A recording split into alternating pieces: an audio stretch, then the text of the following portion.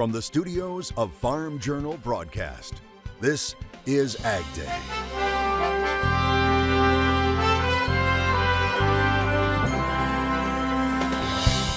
Weather stuck on repeat. I've seen about 75 to 100% increase in my yield. How Louisiana crops are surviving this summer's intense heat, helping us live longer lives. The pig kidney appears to replace all of the important tasks that the human kidney manages. Why surgeons are turning to pigs to help humans as China tries to dig itself out from an economic dive. So I believe it's down to 16-year lows against the U.S. dollar. The impact it's having here at home right now on AgDay. AgDay, presented by Pioneer. What's next happens when blood, sweat, and tears meet rain, wind, and sun. Pioneer. What's next happens here. Good morning, I'm Clinton Griffiths. China's leader calling for patience as his country tries to reverse a deepening economic slump. Xi Jinping giving a speech this week saying the West's pursuit of material wealth led to, quote, spiritual poverty. Now, it comes after recent data showed consumer and factory activity further weakened last month, despite promises from the ruling Communist Party to support struggling entrepreneurs. AgDay's Michelle Rook joins us. And Michelle, what impact could China's financial struggles have on U.S. farmers right now? China's economic woes continue to mount as this week China's central bank unexpectedly cut key policy rates for the second time in 3 months to support their struggling economy. This is already spilling over into the U.S. commodities sector in the form of weaker export demand. This week, the People's Bank of China lowered the rate on medium-term lending facility loans 15 basis points. Plus, the yield differential between the China and U.S. benchmark 10-year government bonds widened to the most since February 2007, as investors speculated further easing of monetary policy and as China's major state-owned banks were selling U.S. dollars to support their yuan. So their currency has now declined again. So I believe it's down to 16-year lows against the U.S. dollar. So it's all an attempt to try to spark better demand to come over and buy Chinese goods. And of course, if China can then sell more of their goods, they would have cash and then they'd probably start looking to buy more product. When you throw on top of that the 10-year yields that we're looking at right now, going back up to the areas close to when we had the financial crisis and the Great Recession of 2008, I think the market is laser focused on China and the negative side that's going to spill over and there's going to be contagion. Firms are cutting China's economic growth forecasts, and Beijing's official target of around 5% appears optimistic, which is already hurting demand for some U.S. products. They are probably in a real recession. They're not near 5% growth, in my opinion, Michelle. They're probably barely at 2.5%, and they really do need to stimulate. And that's the heart and soul of why I think we're dealing with 2019, 2020 levels in the corn and wheat prices right now. As I said a minute ago, they don't have, the wheat and the corn don't have the support of the demand side like the beans do. And nearly $4 billion has been pulled out of Chinese equities in August. Plus, there's concern the collapse of their real estate bubble will cause financial contagion. Other economic news has been sour, with industrial output slowing to just 3.7% annually, and retail sales are slow. I'm Michelle Rook reporting for AgDay. All right, thanks, Michelle. And more news out of China reports that Tyson plans to sell off its poultry business there. Reuters says even though discussions are in the early stages, several private equity firms have already expressed interest. Now, you'll remember earlier this month we told you Tyson planned to close 4 U.S. chicken plants as part of cost-cutting measures here at home. Earlier this year, another major U.S. meat company, Cargill, sold its poultry operations in China to private equity firm DCP Capital. Also on the trade front, the battle over GMO corn with Mexico is escalating. The U.S. Trade Representative's office announcing the U.S. is officially establishing a dispute settlement panel under the U.S.-Mexico-Canada agreement regarding Mexico's stance on biotech corn. Catherine Tai saying in a statement, it is critical that Mexico eliminate its inconsistent biotechnology measures so that American farmers can continue to access the Mexican market.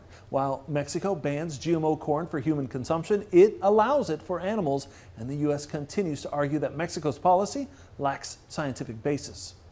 While drought conditions have ticked back up across the country, key crops are getting some relief from that dryness. The latest drought monitor now showing 30.62% of the country is in some sort of drought. That's up just slightly from last week. You can see trouble spots persist in the central part of the country. There is improvement, including in states such as Missouri, while drought has expanded in the deep south. Right now, it's estimated 42% of the nation's corn crop is in drought. That's down 7% from last week and down 15% from the start of the month, while 38% of soybeans are said to be in drought. That's down 5% from a week ago. And scouts will be passing through some of the areas that have been battling that drought all season long as part of the 2023 Pro Farmer Crop Tour. Now, it all kicks off on Monday, and if you want to take part, be sure to check out agweb.com and look for the link to the Pro Farmer Crop Tour information. You can also join us for the live in-person events each evening or watch the day's results by viewing Crop Tour live online each night at 8 p.m. Central Time on all of Farm Journal's social media channels, including over at agweb.com. Summertime heat is returning to much of the country. Meteorologist Matt Engelbrecht lets us know just how hot it will get. Matt.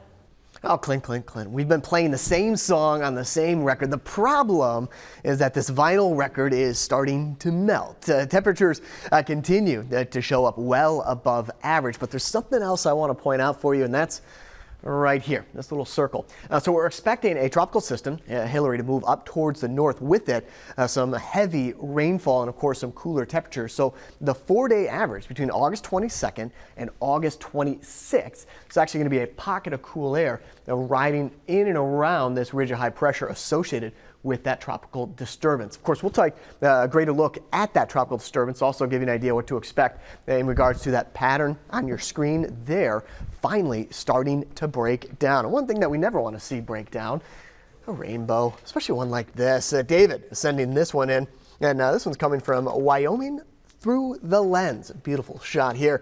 Take a moment to enjoy it. It was taken again by David, shared with our friends at Wyoming through the lens, a vivid rainbow captured. And David says he drove until the rainbow and the windmill lined up perfectly. So what I get from this is David knew what he was doing to get the perfect shot.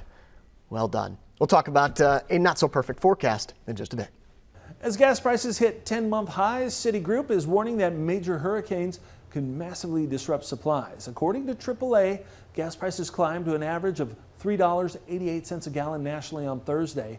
That's a 31-cent increase from just a month ago. Citigroup warns record high ocean temperatures diminish the positive impacts of El Nino that usually prevents those Atlantic Ocean storms from entering the Gulf of Mexico. And as you know, the Gulf Coast is home to major refineries, offshore oil production, and is a key hub for energy transport. Well, Citi says, quote, 2 Category 3 or higher hurricanes landing on U.S. shores could massively disrupt supplies for not weeks, but months. A major Brazilian grain crusher is turning soybeans into ethanol. Caramuru Alimentos just started selling soybean-based ethanol at one of its plants in central western Brazil. This makes it one of the first companies globally to commercially produce and sell ethanol made from soy molasses, which is a byproduct of the beans. It says it has the capacity to produce more than 2.5 million gallons of its ethanol annually, most of it expected to be sold domestically for fuel. The rest will be used to make another product.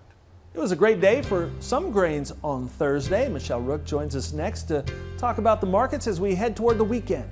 And later, the latest milestone in saving human lives is coming from a pig. See the latest research coming up.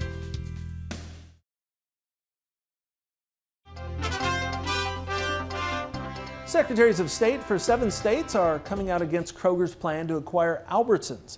Now, Reuters reporting the group wrote a letter to the Federal Trade Commission. They say they are concerned the $24.6 billion acquisition would give the combined grocery operations a quarter of U.S. food retail market. The letter coming from officials in Arizona, Colorado, Maine, Minnesota, New Mexico, Rhode Island, and Vermont. Well, after 4 straight months sitting above growth neutral, the latest Rural Main Street Economy survey has slumped. The survey of bankers conducted by Creighton University coming in at a reading of 50, which is growth neutral. Less than a third of the bank CEOs say they expect a soft landing for the economy, while about the same anticipate a hard landing or negative growth from Federal Reserve rate hikes. Bankers continue to report record low deposits, and almost half of those surveyed forecast a weaker farm economy 12 months out. Corn and soybeans continue their run on the positive side Thursday. Michelle Rook is back on whether that momentum can carry into next week in Markets Now. Row crops were higher on Thursday with the wheat market lower. Don Rose, U.S. Commodities, joining us. And the pop in soybeans and corn, how much of that was just kind of tied to this hot, dry weather forecast, Don? Well, I think when you look at it, Michelle, I think number one, the market's lost momentum technically to the downside, looking for some kind of support in the market. And no doubt, as you're looking at the forecast going forward, the next 10 days looks like void of any rain. Then we get hot into next week, into the weekend. So still a debate on what the yield is going forward, particularly on the soybeans this time of year, but also the corn on the fill and the test weight. So I think that's probably number one. And number two, I think, is probably the Pro Farmer Tour next year, giving a pause to the market. Yeah, because really the market is searching for what yield is right now, isn't it? Yeah, this is a year where, we really had some variability. We had some big stretches of the Corn Belt with some real dry conditions, not a lot of moisture. Then we got some moisture in some of those dry areas as we got deeper into July, but how much damage was done early. So this is going to be a year again, like we say, probably the bottom line, Michelle, it's going to be a tale. The combines are going to tell us really where the yield is, but I'm going to be very curious to some of these estimates going forward. And oftentimes, that's a pause. And then we see, if we hear more harvest results going from the south to the north, what the yield really is. So a pause for right now on the market. So Don, if we've lost that downward momentum, how much recovery can we expect in corn and beans? Well, I think, like we say, before you can go up, you have to quit going down. We pause. The big resistance on corn is up around the round number $5. There is a gap to the upside on D's corn if we can get a push up to $5.25.5 target. Same thing on soybeans. We held $13 on November soybeans. If we can, there's a gap up at $13.79. I think first we have to get over this $13.41, 42 area to get some upward buying again. So, it's a market that very much back to the corn market is watching the wheat market to see if it can find some support. If it finds support, probably helps the corn market, Michelle. All right, thanks for joining us, Don Rose, U.S. Commodities. That's Markets Now. We'll have more AgDay coming up. For all your risk management and trading needs, call one of the U.S. Commodities specialists at 800-247-4071. Registration is open for the 2023 Pro Farmer Crop Tour, August 21st through the 24th. Attend one of our nightly meetings or join online as we gain insight on the 2023 growing season. Visit profarmercroptour.com/register to select the stop nearest you.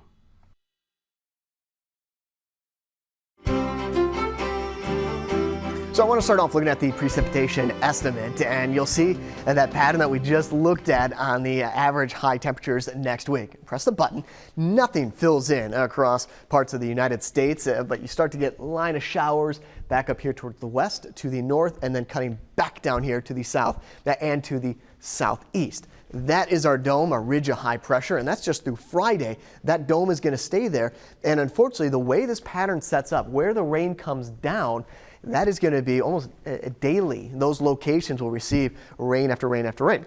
Locations that are dry will be dry day after day after day. So this is the total through 8 a.m. on Saturday. One of the reasons why we're seeing an uptick in moisture and rain back down here into California, that has to do with this. The tropical update has Hillary moving up towards the north as a strong Category 4 hurricane by Saturday morning. And officially, you got California and Nevada in the cone of uncertainty from the National Hurricane Center. But a lot of this will quickly fall apart with some of the cooler waters, but the moisture, the rainfall will still be around. So even if it becomes, which it's expected to be, a tropical storm or remnant low, it is going to carry a lot of impacts outside of just wind. We're looking at some flooding potential, especially in the higher terrain, strong winds, as well as flash flooding with that system. As for that jet stream, one of the things steering it is right here. So this is on Friday, Saturday, and Sunday. I'll put this into motion. Very shallow trough kicks off towards the east and to the northeast. There's our big circle. As we've talked about before, with this kind of pattern, systems, smaller systems, can't go through. They have to go up and over, and that's what we're seeing right here with Hillary. And Hillary is being steered up into California because of this monster high, and that's really what it is, especially for this time of year. Back up here to the north, could get some ridge riders that develop and bring some showers, perhaps some thunderstorms into Montana and the Dakotas. Let's go take a look at Auburn. Alabama, sunny, high around 91 degrees, low of 70. You got Coolidge, partly cloudy, high around 104, low of 81 degrees. And yeah, I'm flipping. Showers, high around 87 degrees, and flipping Arkansas, low of 63. Your next piece of equipment is on MachineryPete.com. Search equipment from dealerships across the country to find what you're looking for. Only on MachineryPete.com.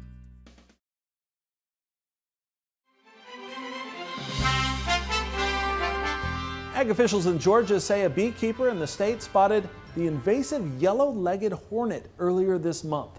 Now, it's the first time the species has been found in the U.S. They say its nest can house up to 6,000 worker hornets. The Georgia Department of Agriculture is asking people to report any sightings. They say the hornet could threaten honey production, native pollinators, and impact a number of crops in the state. More than 104,000 Americans are on the National Organ Transplant waiting list. That's according to federal health officials. And every day, 17 people will die without the organ they need. And that's why scientists are working to find an alternative. Mandy Gaither has more on a procedure involving pig organs. It's being called the latest milestone toward a new way to transplant organs. A genetically engineered kidney from a pig was put into a human who donated his body to science. The pig kidney appears to replace all of the important tasks that the human kidney manages. Surgeons at NYU Langone Health say the pig kidney continues to function well after 32 days. It was transplanted into a man declared brain dead, but a ventilator keeps his heart beating. The hospital says it's the longest period that a gene-edited pig kidney has functioned in a human. The 1-month kidney biopsies and kidney tests show no evidence of rejection and normal renal function and clearance of toxins. The pig's thymus, a small gland that helps the immune system fight disease, was also transplanted to help protect the kidneys from being rejected by the human immune system. Researchers say more work is needed, including studies in living human organ recipients, to establish whether pig kidney transplants could be a bridge or destination therapy for people with end-stage kidney disease. We're gaining critical evidence about how well pig kidneys work in the human environment. Hopefully this also gives some assurance to the FDA regarding the safety of initiating phase 1 clinical trials. For Health Minute, I'm Mandy Gaither. It's proving to be a big challenge in the high heat of the South this summer, keeping crops irrigated. Why some farmers have no choice but to turn on the water in the country.